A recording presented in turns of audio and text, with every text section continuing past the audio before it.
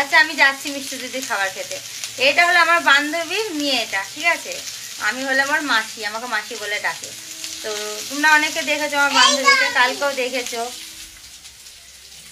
তোমার নাম বলে দাও তো। আমি হলাম মাসি বান্ধবীর মেয়ে। বান্ধবীর মেয়ে বলে আমার নাম নিত্যা। আমার নাম নিত্যা। বিশাল পাকা গো বন্ধুরা, এত পাকা পাকা কথা বলে না, মানে শুনলে তোমাদের এত ভালো লাগে, এত কিউট, কি বলবো তোমাদের, খুবই ভালো একটা বাচ্চা। আমি সত্যি করে বাচ্চা কাচ্চা আমার খুব ভালো লাগে। তো চলো আমি রান্না বান্নাগুলো করে নিই। দেখো বাঁ হাতে না রান্না করছে, কত ট্যালেন্ট দেখেছে আমার মধ্যে। তাহলে আসছি একটু পরে, ঠিক আছে? তো বন্ধুরা দেখো বাজার চলে এসছে, আর দেখো কত রকম মিষ্টি, পাটিসাপটা, তারপর অনেক রকম শীতে যেসব মিষ্টিগুলো হয় সব কিছু আর কি। আমি এখানে খেজুর গুড় কিনতে এসছি আর কটা মিষ্টি নেব।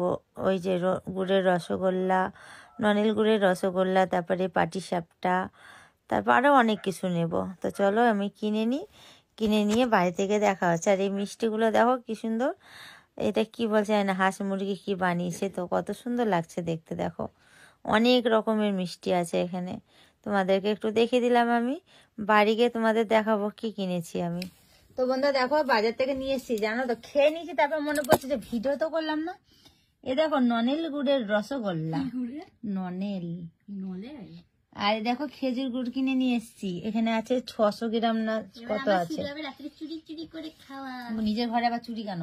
আর এখানে পাটিসাপটা একটু খেয়েছি। আর এটা কি সর ভাজা না কি ভাজা বলে এটা জানি না।